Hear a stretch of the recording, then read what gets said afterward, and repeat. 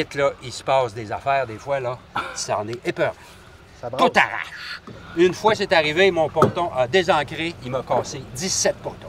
Puis des fois, je pogne des saumons ici, les saumons de la Jacques-Cartier.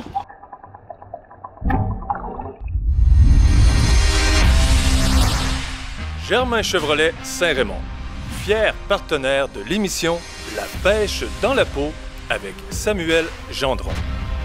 Parce que ton nouveau camion, il est chez Germain Chevrolet Saint-Raymond.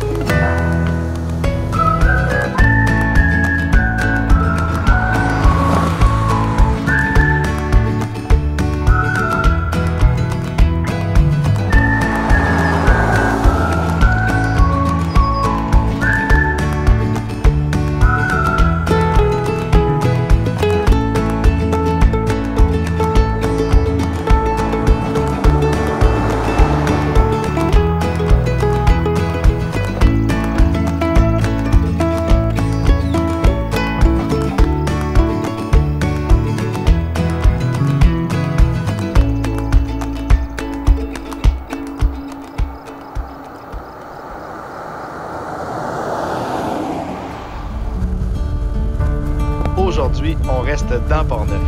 On s'en va à Cap-Santé pour une pêche bien spéciale.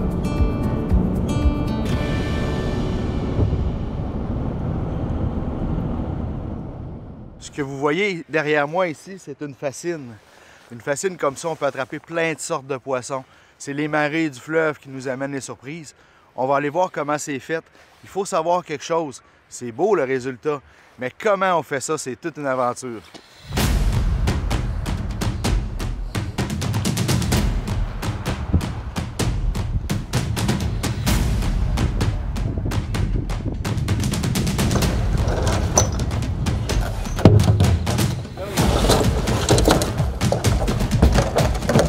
On installe des barils pour faire flotter notre cage, pour la transporter jusque sur notre site de pêche.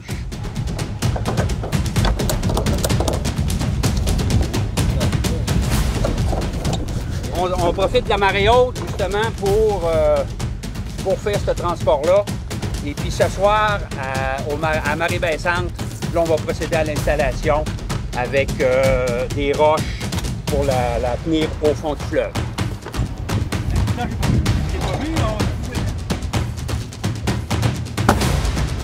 Ça fait combien d'années, toi? 10 ans. C'est ma 10e année que je fais ça. Je commence un peu à savoir où aller. Je commence à être fort pédale. Tranquillement. J'ai déjà perdu la cage. Ah oui? Oui. On l'avait ancré là-bas, puis à un moment donné, je sais pas ce qui s'est passé, des vents forts combinés avec le passage de bateaux, des grosses vagues. L'attache où était fixée la cage a arraché du fond. Puis on est allé la ramasser à Donnacona. Ah, sacrifice. 5 km.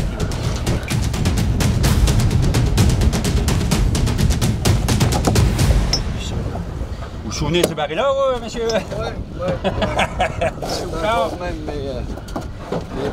Oui, ils sont encore dessus. Pourquoi c'est ce monsieur-là qui faisait ça avant? Lui, il opérait 3 pêches commerciales ici, monsieur Bouchard. Ah ouais? Il y en avait une au quai ici, puis 2 autres en bas. Ben, allez-y. Ben oui, expliquez-moi ça, comment...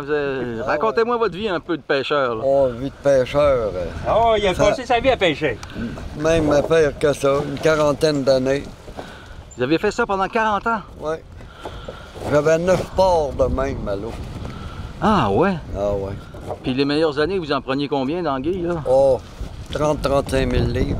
C'est apprécié. Il y en avait beaucoup, mais là, la pollution, puis tout ce que c'est qui s'est produit sur le fleuve, le gouvernement nous a racheté. Puis là, on est à notre retraite, on regarde faire les autres. On regarde la misère. Mais c'était votre revenu, ça? C'était votre gagne-pain à vous, Ouais, là? ouais. OK. Puis ça se vendait où, ces anguilles-là? Comment vous... On a commencé avec Pêcherie Gingras à Saint-Nicolas. Ensuite, pêcherie Gingras fermé, ça a été à Saint-Hyacinthe. Et puis ça s'en allait aux Coréens en Ontario. Ah ouais? Ouais. Parce qu'ici, on n'en mangeait pas beaucoup, là, c'est ça? Non, le monde n'était pas friand de ça. Ouais. Je comprends que ça vous intéresse de regarder ça. Ben, c'est pour ça. Viens voir ça, les préparatifs. Et puis, je sais qu'aujourd'hui, ils vont frapper de la vague parce que le vent est à l'est, mais que l'eau commence à baisser, les vagues vont grossir. C'est pour ça qu'ils sont pressés? Oui. Parce que le vent puis l'eau baissante, ça fait un tourbillon, là. Vous procédiez comme lui, pareil, avec des barils? Puis... Exactement. OK. C'est même mes anciens barils, ça. OK. Là, l'anguille suit le mur, elle rentre ici. Ça, c'est la première chambre. Elle s'en vient ici. Là, elle se trouve être coincée. Là, elle voit ce passage-là. Elle traverse ici, comme ça. Comme tu fais là. Comme je fais. Et puis, ça, c'est la deuxième chambre. Là, les autres, ils vont retourner en rond. Et puis, à un moment donné, la troisième chambre, qui est la capture finale, se fait là. On a un cône. Les poissons rentrent là-dedans. Puis, un coup qu'ils sont dans ça, là, ils sont capturés. Ils demeurent là, dans ça tant et aussi longtemps que je ne ferai pas ma visite. Puis, quand je fais ma visite une fois par jour à marée basse le jour. Et heureusement, le site où je suis installé, j'ai toujours de l'eau dans ma cage. Il y a tout le temps un minimum d'un pied à un pied et demi d'eau à marée basse. Donc, mes poissons survivent et puis des mortalités, on en a. Il y en a, bien sûr, mais les mortalités qu'on a, c'est souvent des poissons malades.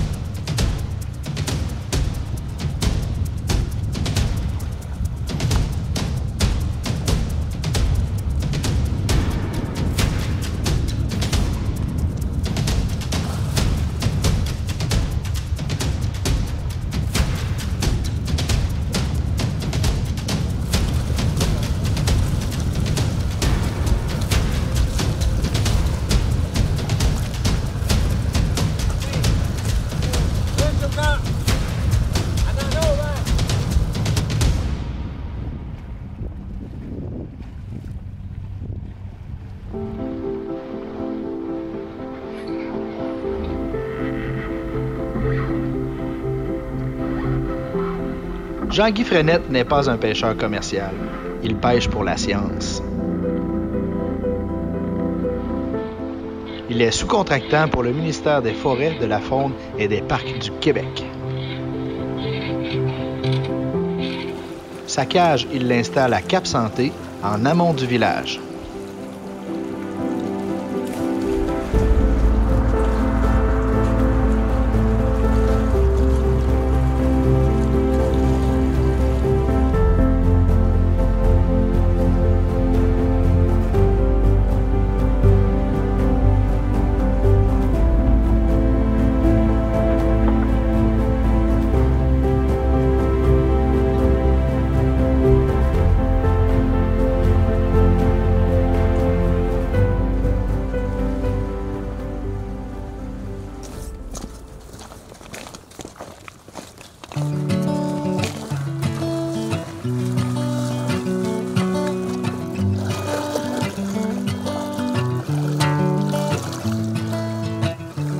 On met nos outils là-dedans, on met nos cordes.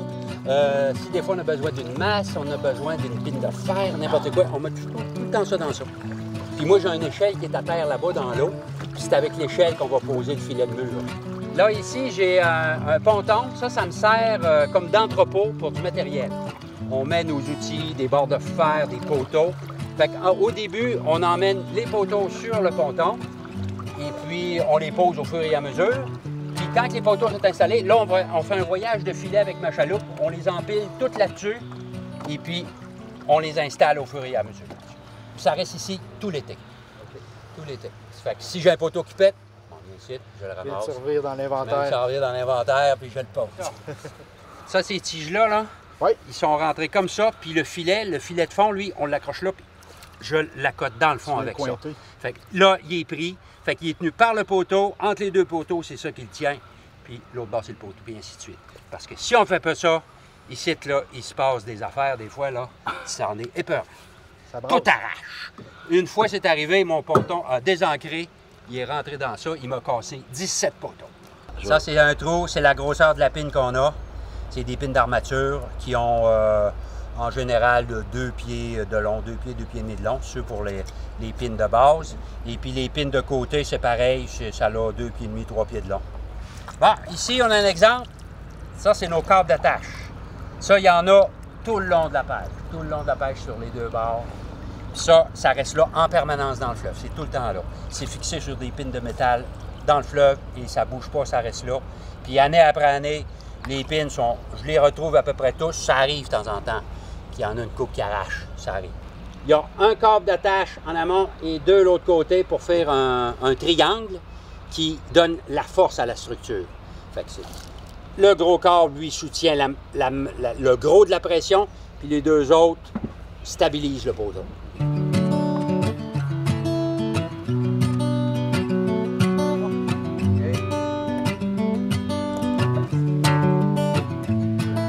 Maintenant, on va procéder au positionnement de la cage. Il faut la rentrer vis-à-vis la porte qu'on voit là. On a 2 poteaux qui sont parallèles. Fait que la porte ici, ces 2 poteaux-là, on va arriver vis-à-vis ça. Fait que là, on va attacher les poteaux après ça. Et puis là, on va positionner notre cage comme il faut. Puis là, on va attendre que l'eau baisse. Puis aussitôt que l'eau va être assez basse, on a des tas de roches en arrière, sur le côté et en avant. Et puis on garnit les tabliers tout le tour de la cage avec de la roche. C'est ça qui la maintient au fond durant toute l'été.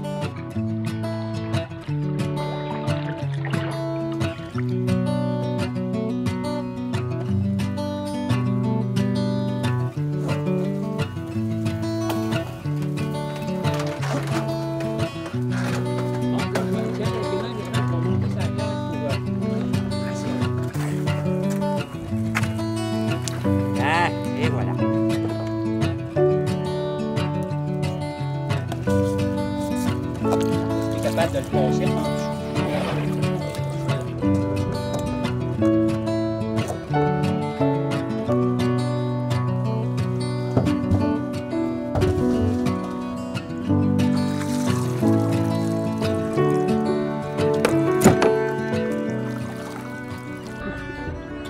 La cage, est-ce que c'est toi qui as fabriqué cette cage? Non, non, la cage a été fabriquée par l'ancien pêcheur qui était propriétaire de la pêche ici, Marcel Lemay.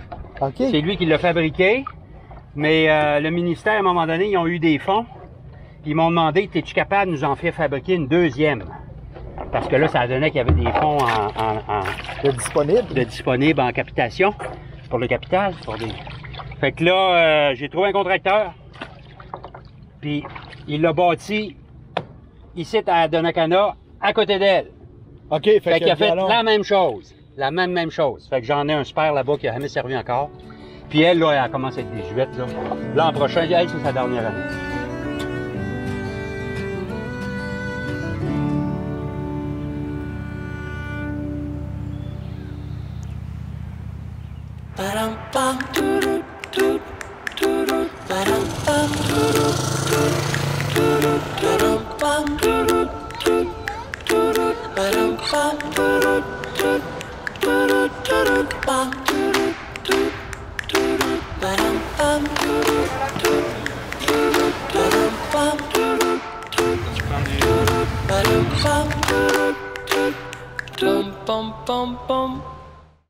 La pêche dans la peau, c'est une émission à la station CJSR. C'est aussi une page Facebook et une très belle communauté. Suivez-nous, on va y mettre les émissions et même des extraits inédits. Fait que là, on va commencer à mettre nos roches parce que le temps avance.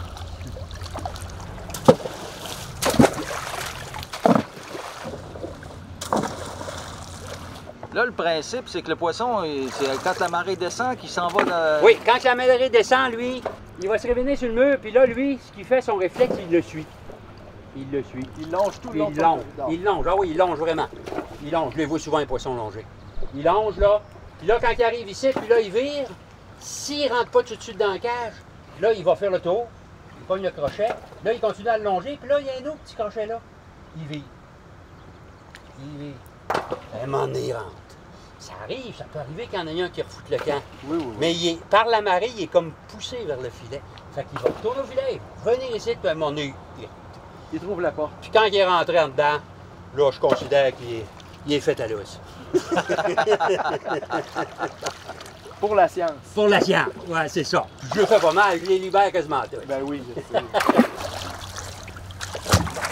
Le but premier de ça, c'est que le ministère, eux autres, ils voulaient, quand ils m'ont approché pour ce contrat-là, ils voulaient avoir un suivi des espèces du fleuve à long terme. C'est-à-dire que ces fêtes-là, là, c'est en principe, ceux autres, ils veulent que ça fonctionne pour les 20 prochaines années.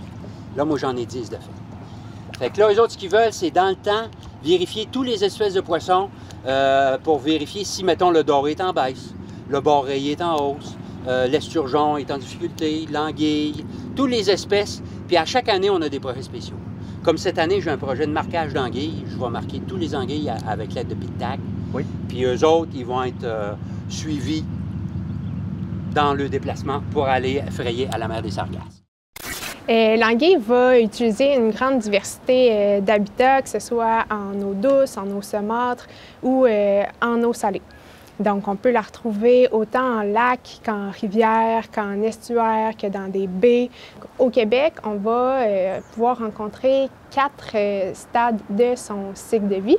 Donc, le premier qu'on pourrait croiser est le stade de civelle. Donc, des civelles, ce sont des anguilles qui vont avoir environ 7 cm de long et qui sont initialement complètement transparentes. Donc, c'est le stade de vie où elles vont arriver puis commencer à coloniser les milieux côtiers, rentrer dans les estuaires d'eau douce ou d'eau saumâtre. Ensuite, des civelles, elle va passer du stade au stade anguillette, qui est une jeune anguille qui, à ce moment-là, devient complètement pigmentée et qui est dans ses premières années de croissance et qui va souvent être dans une phase de migration, de montaison vers des habitats en amont. Ensuite, l'anguille qui est en croissance, qui va plutôt être résidente d'un endroit, on l'appelle l'anguille jaune. Puis là, quand elle atteint la maturité, un autre changement de couleur s'opère et elle devient l'anguille argentée. Donc, elle va prendre une coloration vraiment foncée sur le dos, elle va avoir une belle bedaine blanche, puis elle va avoir des reflets argentés sur son corps, ce qui lui vaut le nom d'anguille argentée. Donc, quand on parle de civelles, d'anguillettes, d'anguilles jaunes, des fois anguilles brunes, anguilles argentées, on réfère toujours à la même espèce qui est l'anguille d'Amérique. Là, quelques années, quand ils ont sorti la gamme des tailles du doré, Oui, 37,53. c'est moi qui ai pogné tous les poissons et puis qui les a emmenés au complexe scientifique. On les a mesurés et je faisais des filets en portefeuille, des filets ordinaires et des ronds. Et puis à ce moment-là, ils étaient congelés. Et puis au bout de 3 jours, les filles du complexe scientifique les mesuraient pour vérifier combien ils rapetissent, parce qu'avec la congélation, le filet rapetisse. Ça, c'est un outil pour les agents de protection de la faune. Les autres se servent d'une charte qui a été faite à partir de ça. Puis eux autres ont bâti une charte. Ils disent, bon, ben doré qui est capturé telle journée, qui a été congelé, il est en filet, en portefeuille, en filet ordinaire ou rond, doit équivaloir à cette longueur-là. Fait qu'ils savent de combien il a rapetissé avec la congélation. Ils l'ont mesuré au bout de 3 jours, au bout de 3 semaines, puis au bout d'1 mois. Ça a été fait. Puis là, ils ont fait une table avec ça, puis les agents se servent de ça aujourd'hui pour faire respecter la gamme des temps. Ils checkent les marées, puis ils regardent le contracteur.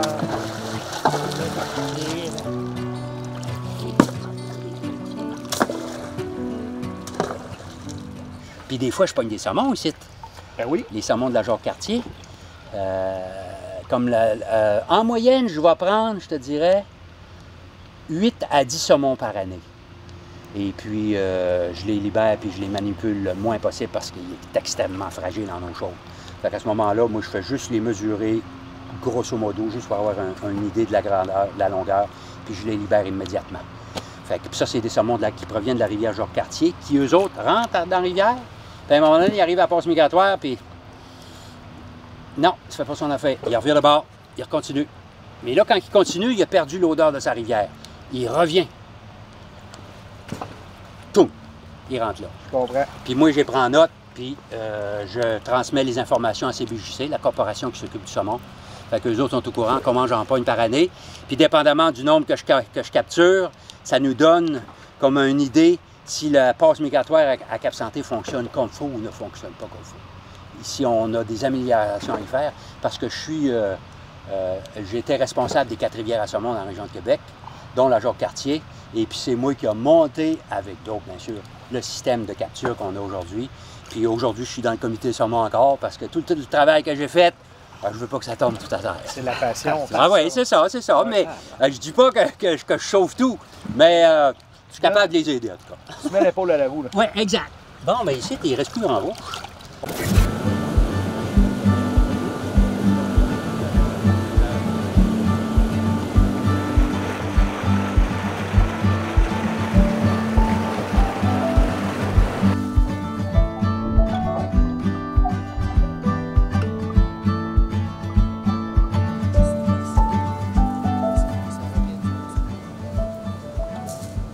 Les gros poissons qu'on voit ici ont passé 2 ans en mer.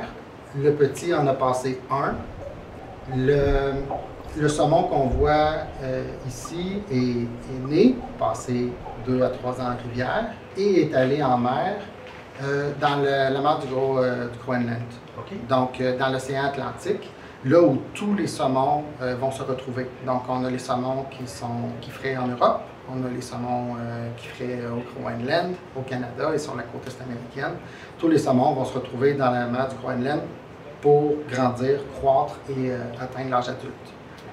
Une fois qu'ils sont prêts, donc après 1, 2 ou 3 ans, le saumon revient et fait particulier, c'est que dès qu'il entre en eau douce, comme il a déjà fait une transformation pour s'adapter à l'eau salée, il ne refait pas une adaptation pour l'eau douce. Et donc, pour se protéger, ils ne se nourrissent pas. Donc, tous les poissons, tous les saumons adultes qui reviennent en rivière n'ont pas la capacité de se nourrir.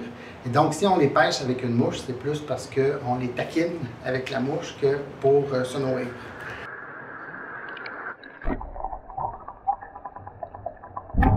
La Corporation du bassin de la Jacques-Cartier a fêté son 40e anniversaire l'année dernière. Donc, ça a été fondé en 1979, officiellement. 4 personnes passionnées de pêche à saumon ont eu l'idée, suite à l'arrêt du flottage du bois, de réintroduire le saumon dans la rivière Jacques-Cartier qui était disparue depuis 1913. 1978, première idée, 79, incorporation, début des démarches, 81, premiers ensemencements, 82, 4 saumons remontent la rivière. Le plus qu'on a eu, c'est 1190 saumons en 1990. C'est beaucoup de saumons, mais c'était pas suffisant pour que la rivière soit autonome, soit en état de conservation perpétuelle. Donc, on veut atteindre environ 1600 saumons, dont 800 grands saumons. Donc, ça nous prend 800 femelles pour être capable d'avoir une rivière qui s'autosuffit à elle-même puis qui pourrait être retirée d'un statut de conservation ou de restauration.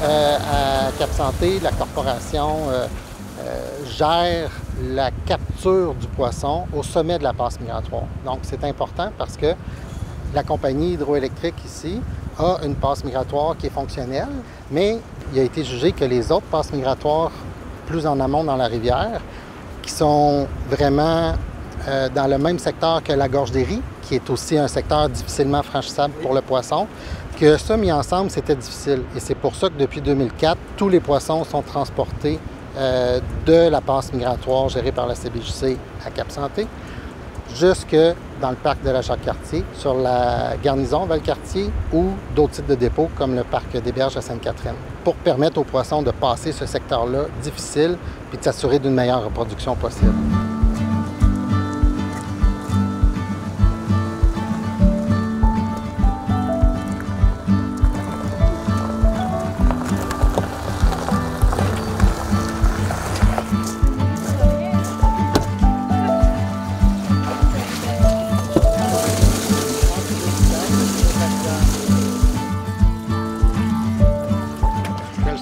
Ça remonte le courant.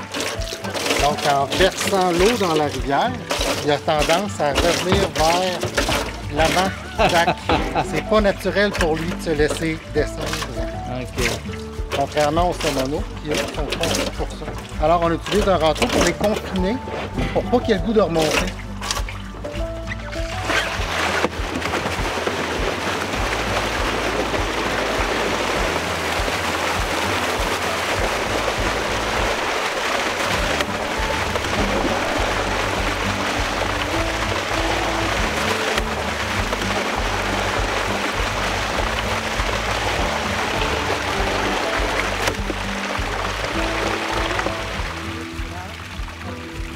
Dans les années 2000, on en avait rarement plus de 300. Maintenant, on s'attend toujours entre 300 jusqu'à 730 saumons qu'on a eu dans les 10 dernières années, malgré plus d'imprévus qu'avant en mer.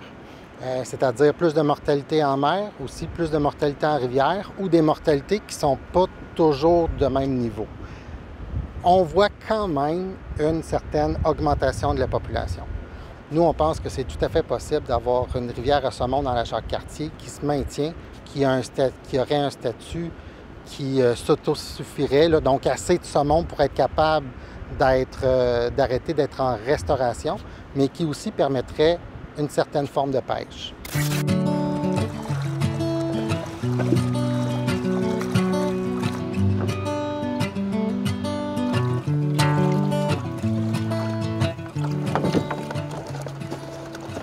Si tu mets pas de clou en haut, je mets toujours un clou en haut. Tu vas le voir, mais que j'installe, là, tu vas comprendre pourquoi. C'est que quand tu montes en haut, la stabilité n'est pas là. Hein? Ça brasse un peu. Fait que là, à un moment donné, tu montes en haut, puis là, ça shake de même. Puis là, il faut que tu tiennes le filet. Puis là, il faut que tu l'attaches. Puis après ça, il faut que tu mettes une corde après.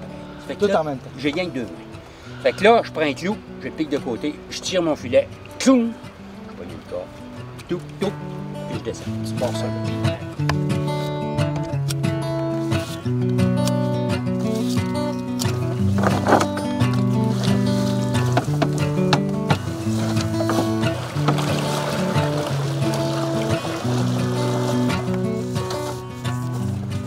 Ici, là, on met un grillage. Un grillage dans le fond de ça. Là, ici, on met un grillage qui vient jusqu'ici. Bien barré avec parce que la marée haute monte jusqu'ici. Un autre job de cow-boy. C'est ça la retraite.